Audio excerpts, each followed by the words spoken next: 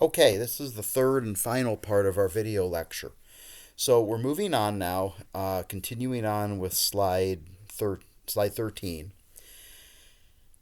In the days following the election, major allegations surface in all three of those southern states, South Carolina, Louisiana, and Florida, that the votes for Tilden, many of them, are fraudulent.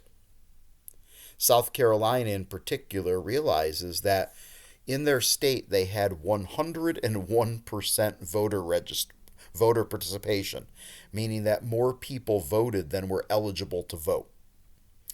That's a bit of a problem. Well, what we believe happened was that white Democrats in these three states stuffed the ballot boxes with votes for the Democrats. The Ku Klux Klan was involved in a good bit of that, particularly in South Carolina and Florida. Well, in both South Carolina and Florida, you have state commissions come together led by Republicans who start throwing out votes that they believed or deemed to be fraudulent. In South Carolina, that led to the getting rid of or throwing out a great number of votes that were Tilden. They also are finding more ballots after the fact in all three of these states. That's a real issue in Louisiana, where just more ballots appear to be being found, and they seem to break and haze the Republicans' favor like at least 3-1.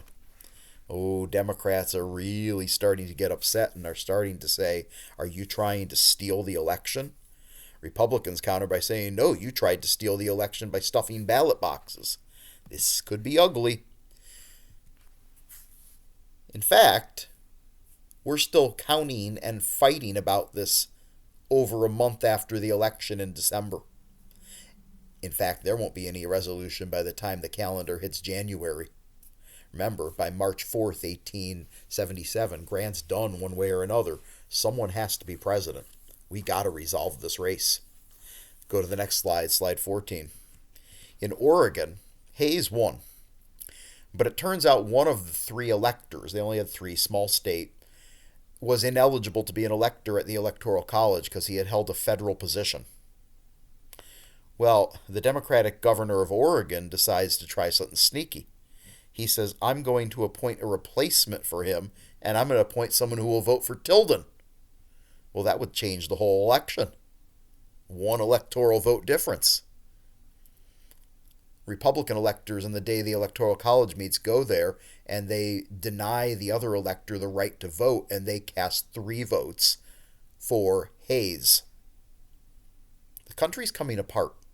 We still can't figure out what's going to happen in those 3 southern states.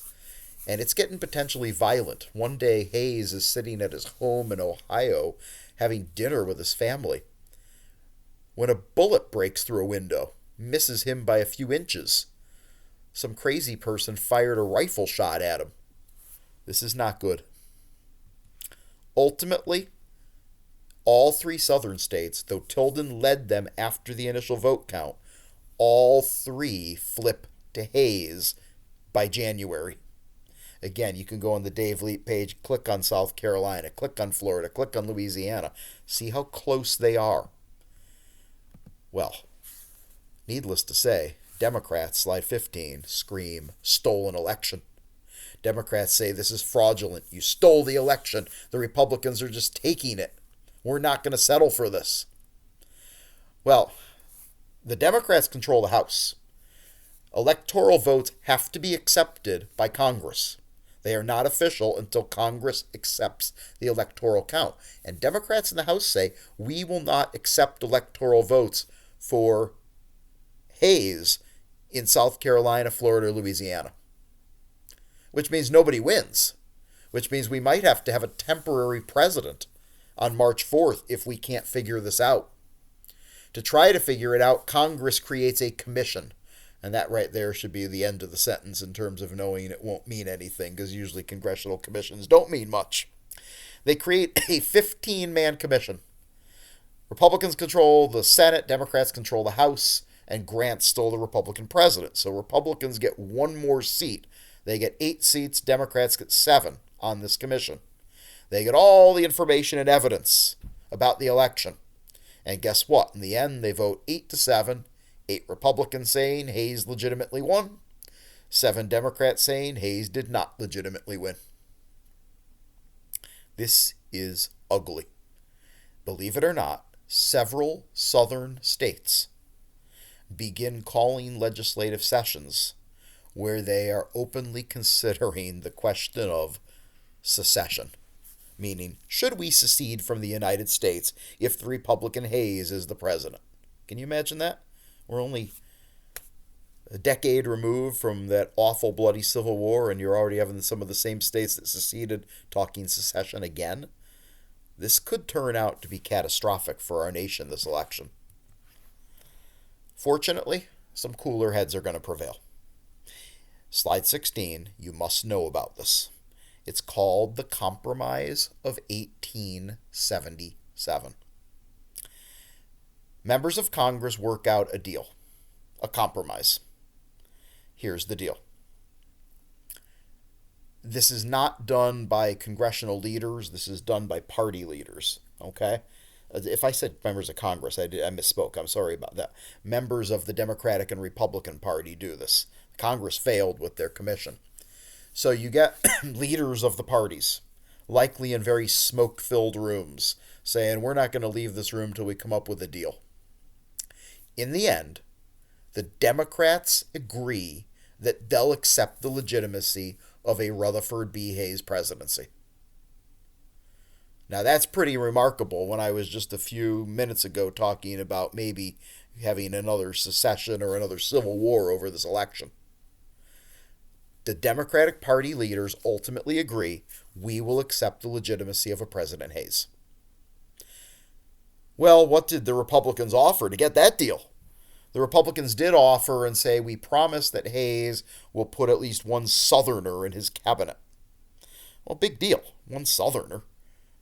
That's not enough to make the Democrats give up on their guy Tilden, who they thought had rightfully won.